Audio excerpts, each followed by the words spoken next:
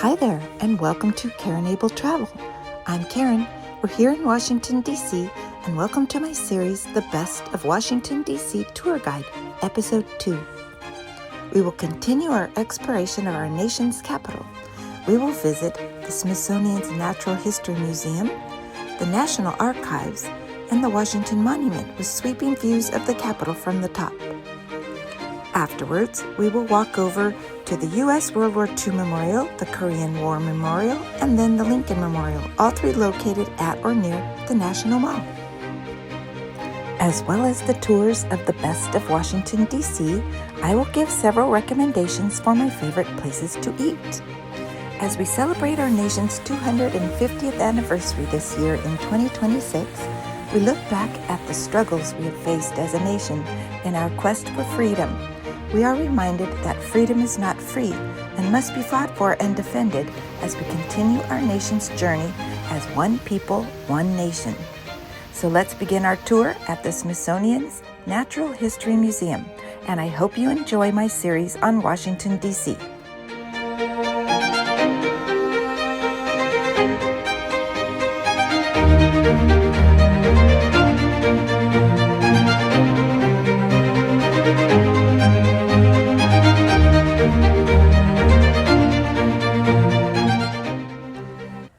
We'll start our tour at the National Museum of Natural History. It's free to the public and is open year-round, 10 to 5:30 p.m. As the Smithsonian Institute's collection began to grow, Congress commissioned the third building for a museum to be built in 1903.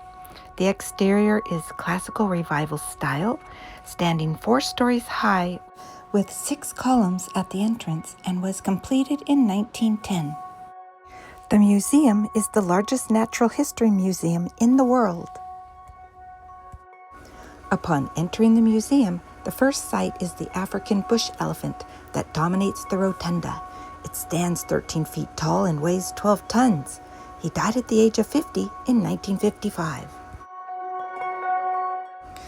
The main exhibits you will want to see are the Ocean Hall, the Hall of Fossils Deep Time, Ice Age Mammals, Human Origins, and the Geology Hall and Gems and Minerals, which are located on the 2nd floor.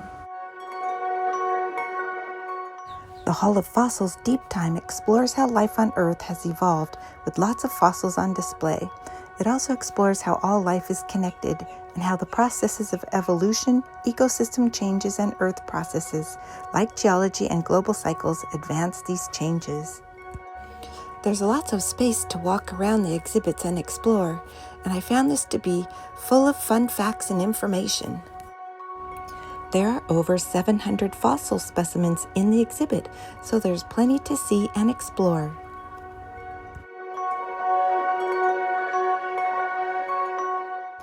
A current exhibit is the Bison Standing Strong, which explores the legacy of the American bison and traces their role in America's natural, cultural, and national history. Almost extinct, through conservation, they have made a strong comeback. Heading up to the 2nd floor is the Geology, Gems, and Minerals exhibit. It has a huge collection on display, and it includes the famous Hope Diamond. There are over 2,000 specimens on view and are grouped by shape and color.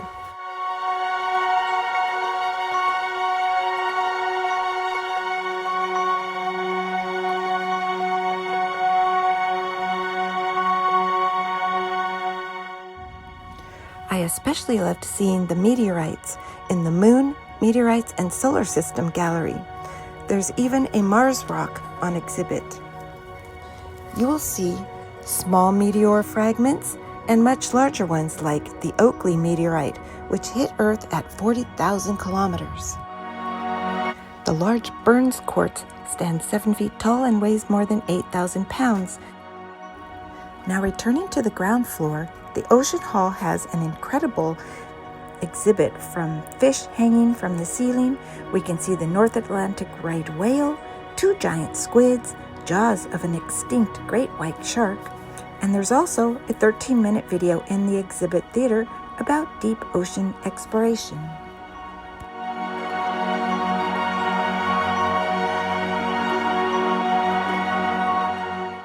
Up next, it's a short walk over to the National Archives. The National Archives is open year-round, daily, from 10 to 5:30, and entrance is free. The architecture is Classical Revival and is located just off the National Mall.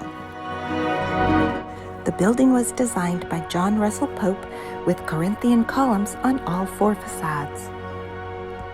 Completed in 1937, it holds both official and historical records. Plan to spend at least an hour and a half here. The museum is the vault for documentary treasures, such as the Declaration of Independence, the Constitution, the Bill of Rights. It holds photographs, billions of paper documents, hundreds of thousands of film and sound recordings as well. It also stores Matthew Brady's Civil War photographs, private letters to presidents, and Commodore Perry's journals from his historic 19th century journey to Japan. It also has the Charters of Freedom. Inside, one enters the rotunda known as the Shrine, a 75-foot-high domed area. Main documents are faded and very fragile and are displayed inside glass cases. Inside the rotunda, you will see the walls painted with 2 35-foot-long murals painted in the 1930s by Barry Faulkner. The Charters of Freedom consist of 3 documents that represent America's founding documents: the Declaration of Independence, the Constitution, We the People, a framework for the new government, and the Bill of Rights, the first 10 amendments to the Constitution. All 3 are idealistic in nature and basically represented a new nation's promise for liberty for mankind, rooted in an experiment in self-governance and the hope of a self-correcting system so the nation may continue to evolve. All 3 can be found on view in the rotunda. Also, if you have time, don't miss the permanent exhibit called The American Story. It showcases records that explain American history at decisive moments. If you have the time, I recommend taking an e-bike tour of the Capitol. Here we ride by the Washington Monument, which we will come back and tour. I have an e-bike tour video of DC as well. I'll leave a link in the description below. It is free to enter, but you will need a timed entry pass attainable online or at the National Park Lodge. Passes are limited due to the small space at the top of the monument and the size of the elevator. This is a must-see monument while in DC. You will get a 360-degree view of DC from the top. There are also interpretive signs at the top about its history and construction. So I came back another day for the tour. Okay. All right. Now, in just a moment, like I said, we're going through airport type security there. After going through security, we queue up for the elevator. The monument was built to honor George Washington, our first president. It stands proud and tall at 555 feet, made of marble and is free to the public. Right, so this window we're looking out east towards the Capitol. This window will be looking west towards the Lincoln Memorial and the reflection. Okay, here we're looking out the window towards the Lincoln Memorial and the reflection pool. Pretty sure it's like, They've started the construction on the reflection pool. They're going to be replacing the bottom. So we're here 500 feet up. You're looking out at the White House from the top of the Washington Monument. So here, through the glass, you can see the old building's cement structure.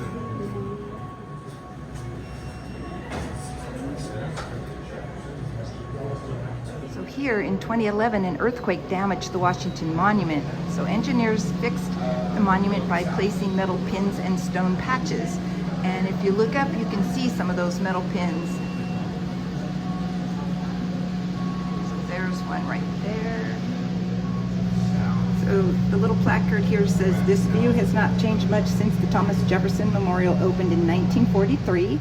So So it's called the Cornerstone of the Capitol. The monument stands in tribute to the military service of George Washington and the ideals of the nation that he helped to create. One of the world's most iconic landmarks, the Washington Monument is taller than any other structure in Washington, D.C. So work began on the monument in 1848. By 1854, the stone structure had reached 152 feet, but political struggles and a lack of money halted the construction. It was incomplete for over 20 years as a symbol of an unfinished nation. Out of many, one. Private citizens and organizations helped build the Washington Monument, and during the first phase, the Monument Society, Washington National Monument Society, funded and began the construction. After the Civil War, Congress and U.S. Army Corps of Engineers took the lead. Washington is best remembered for his fight against tyranny and autocracy, and this is our nation's tribute to him. From the Washington Monument, it's a 10-minute walk to the World War II Memorial, and it is located on the National Mall in the West Potomac Park. Oval-shaped with a beautiful fountain in the center, it is ringed by 56 granite pillars, decorated with bronze laurel wreaths, each with the name of a U.S. state and territory.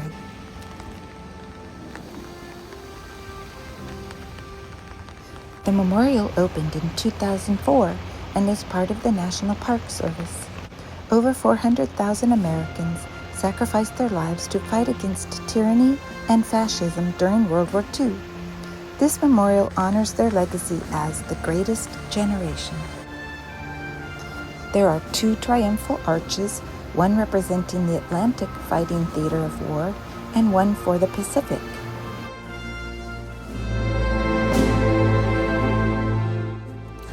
Inscribed within the arches, we see the words victory at sea, victory on land, and victory in the air.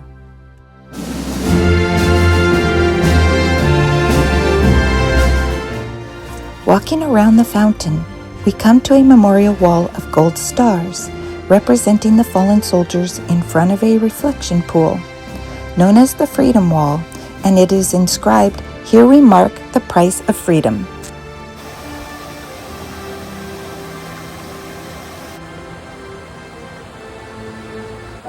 Next up, brunch.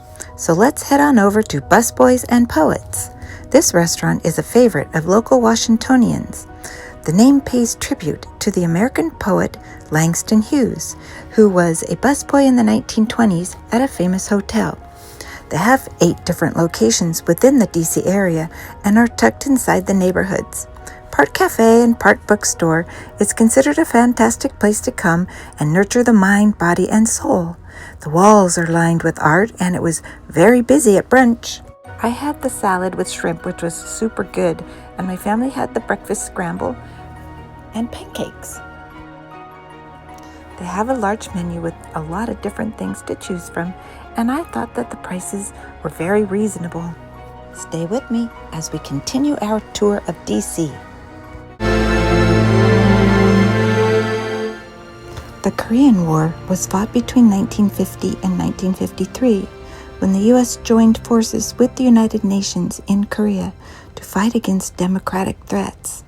The cause was freedom, the ideals were democratic, and the idea was to stem a communist tide of invasion from North Korea into South Korea.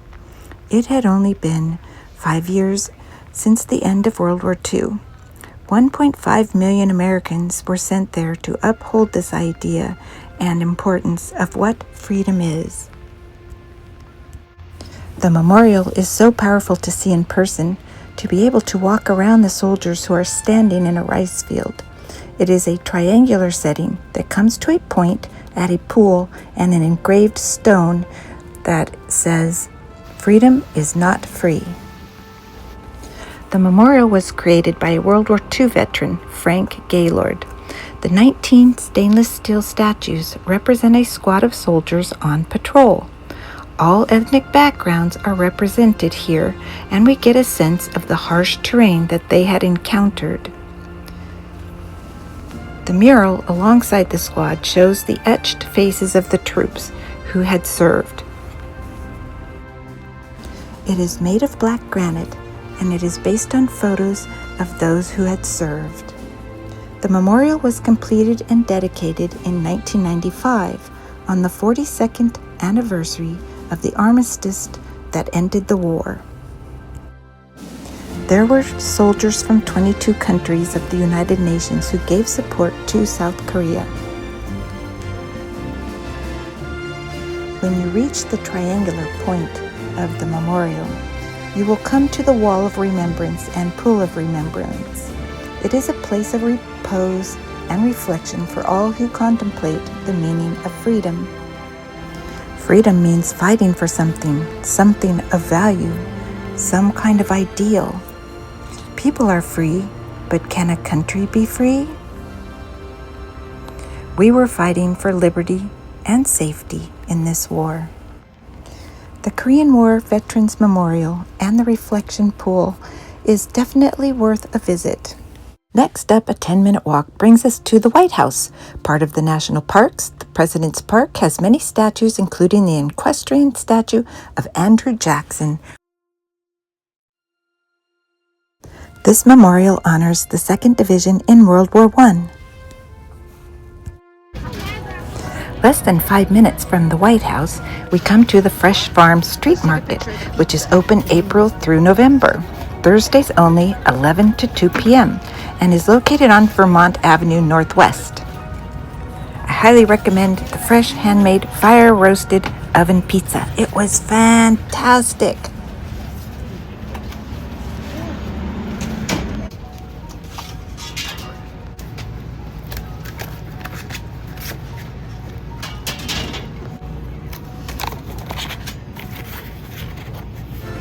From the White House, it was about a 10-minute walk back over to the Vietnam Veterans Memorial, so let's head on over there.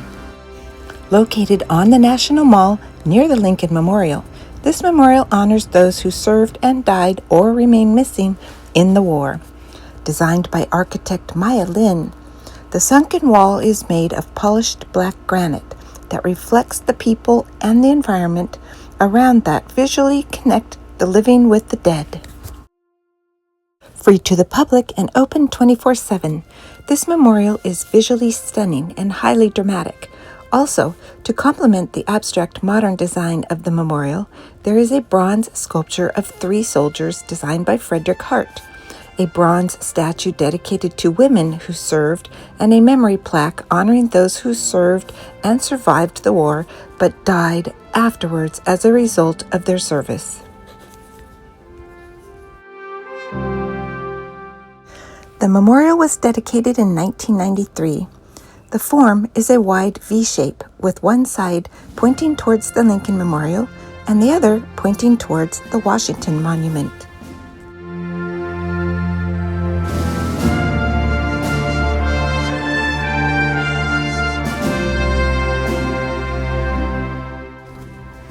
As I walked down the path of the memorial, before turning right and walking towards the end, I started to feel the heaviness of the loss of life and the sacrifices that were made.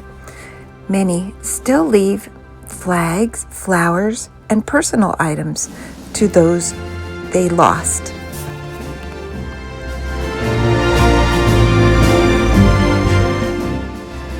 We rode by the Lincoln Memorial on our e-bike tour, so we'll come back for a deeper dive.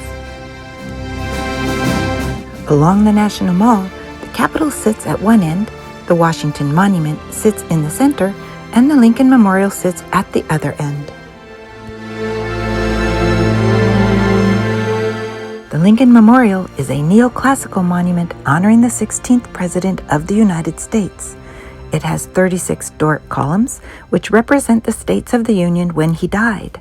The statue stands 19 feet tall and is carved from Georgia marble. It symbolizes unity, strength, and wisdom. The Lincoln Memorial was dedicated on Memorial Day weekend in 1922. The architect was Henry Bacon.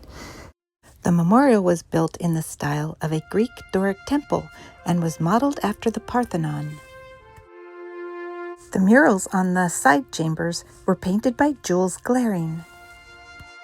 Engravings of both the Gettysburg Address and the Second Inaugural Address stand tall on the side chambers. Many historic events have occurred here, including Martin Luther King's historic speech, "I Have a Dream." For a deeper dive into Lincoln's presidency, from here we will tour Lincoln's Cottage. Lincoln's Cottage is a National Trust historic site and museum. The cottage is where Lincoln came to live and work for 1/4 of his presidency and where many of his crucial decisions during the Civil War were made. Lincoln's Cottage is open 9:30 to 4:30 daily, and tickets are available online or at the Visitor Center. The tour seeks to explore Lincoln's decision-making processes and his writing and development of the Emancipation Proclamation. So we head out from the meet and greet room, and it's just a very short walk across the way to the cottage. I found the tour to be very thought-provoking in surprising ways, as it includes interaction between the tour guide and the tour participants. It seeks to explore the moral and ethical issues that confronted Lincoln during the war. The sculpture of Lincoln and horse at Lincoln's Cottage is a life-size bronze monument that stands in front of the cottage. He would commute daily to the cottage from the White House, which is 3 miles from here. The sculpture was designed and produced by Studio EIS in New York. It was installed in 2008 and dedicated in 2009. Lincoln's Cottage tour lasts about an hour, and as of 2026, the cost for the guided tour is $15 for adults, $5 for children, and military is $12.50. The cottage was originally built for a banker in 1842, and it sits atop a hill that overlooks downtown Washington, D.C., with a view of the Capitol Dome. After the cottage tour, I set out along a 1.5-mile walking path. The Lincoln Wild Tour is an app-based tour, and the cost is $10 or $7 with the cottage tour. It's a self-guided tour and takes about 35 minutes. There's a 1.5-mile walking path to follow. There are 9 stops on the grounds of Lincoln's Cottage and the Armed Forces Retirement Home. Basically, it's a landscape tour that traverses the wooded and pastoral grounds. This area served as the soldiers' home during the Civil War. So there's cottages to see, there's a chapel that we will go into, and there's also a statue of General Winfield Scott.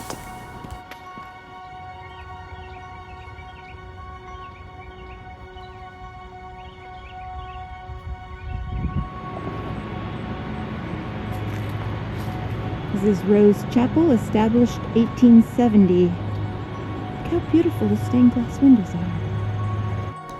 Rose Chapel was crafted of Seneca sandstone. Today, this is a favorite spot for weddings. It has beautiful stained glass and a vaulted ceiling. The chapel still remains in use as a place of worship for retired veterans. So let's go inside and take a short tour.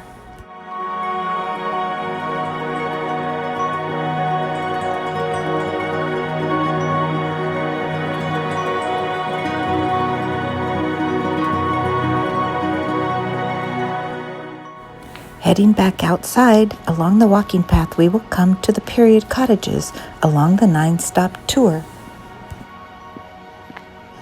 These homes have been beautifully restored.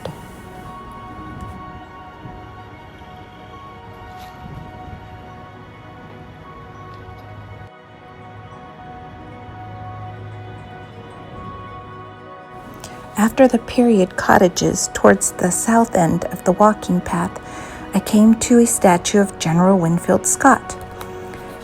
The Soldiers' Home was founded by General Scott, and a statue to honor him is located here at the end. At this point, I retraced my steps and walked back to the visitor center where I toured the museum inside. There's lots of information about Lincoln's presidency, his ideas, and his impact on the nation during the Civil War. There's also a small gift shop there.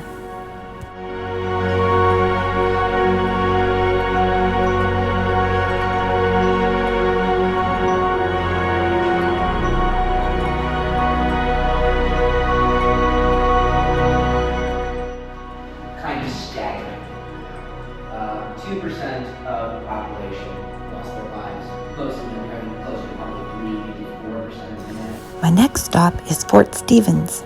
This is located in Rock Creek Park and is part of the National Park Service. It served as a Civil War defense in Washington, D.C. Lincoln under fire, July 1864 at Fort Stevens.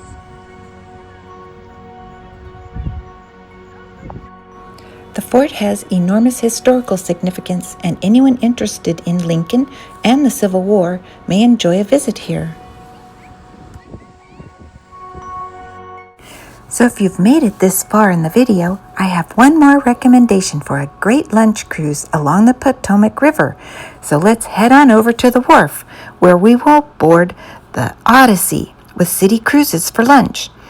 It'll be a slow cruise along the Potomac with views of the city, a beautiful served lunch, and then afterwards, a DJ with music and dancing.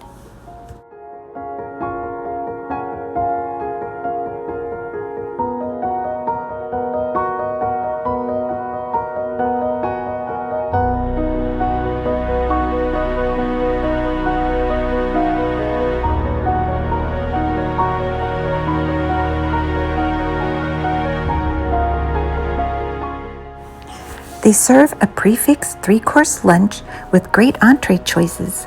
I chose the salmon. We also ordered an appetizer of baked brie. We had plenty of opportunity to walk around the outside of the ship to get views of the city. What a wonderful and relaxing way to spend the afternoon.